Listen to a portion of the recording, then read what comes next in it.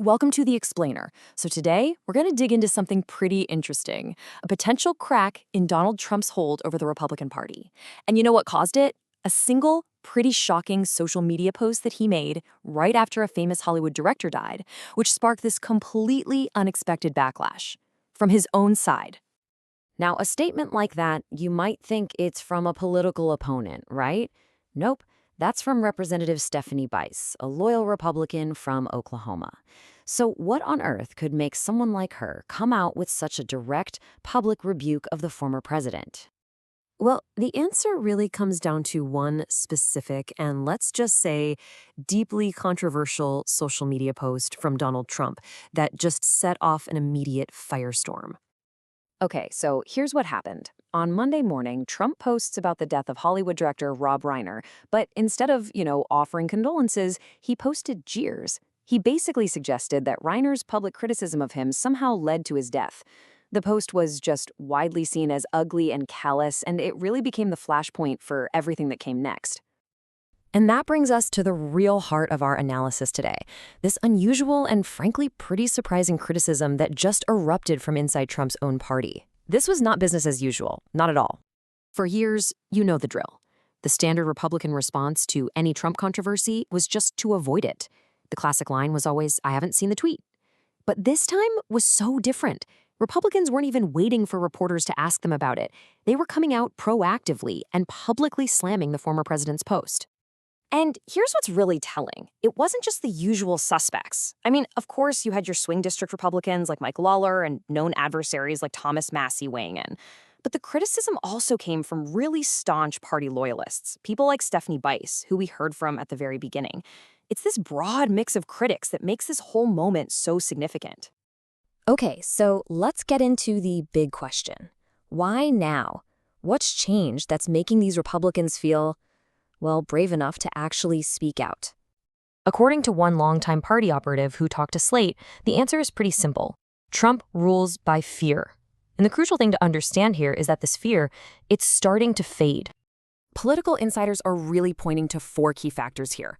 First, there's just less fear of getting a primary challenger backed by Trump. Second, there's this growing sense that he's kind of approaching lame duck status, so people are starting to look ahead. Third, there's almost no political risk in condemning this particular post. It was just that bad. And finally, most voters simply don't buy the conspiracy theory that Rob Reiner's criticism had anything to do with his death. And, this isn't just about one social media post. There is actual, concrete evidence from the halls of government that Trump's influence is fading in ways that really, truly matter. Let's look at a perfect case study, a recent vote on gerrymandering in the Indiana State Senate. Now, Trump went all in on this, trying to get state senators to approve a plan that would basically deny Democrats any representation. And get this, he didn't just lose the vote.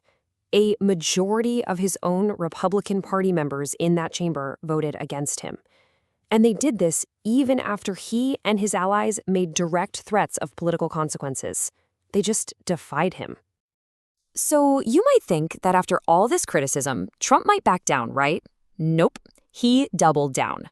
Speaking from the Oval Office, he called the deceased director a deranged person, which just made it even harder for his Republican allies to ignore the whole thing and move on.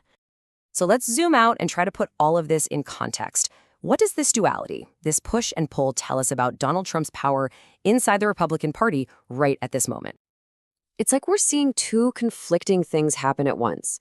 On one hand, Trump is still incredibly powerful. His endorsement is basically a golden ticket in a GOP primary, he controls the federal government, and he's still deeply popular with his base. But, on the other hand, his power has clearly taken a hit.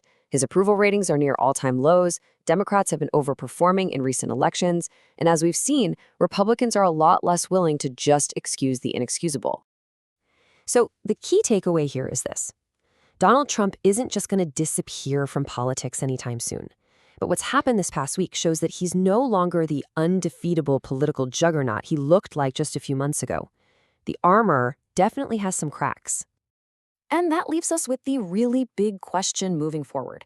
Is this whole backlash just a temporary thing, a little blip caused by a uniquely awful comment? Or are we actually witnessing the start of a bigger, more permanent shift in the power dynamics of the Republican Party? I guess only time will tell.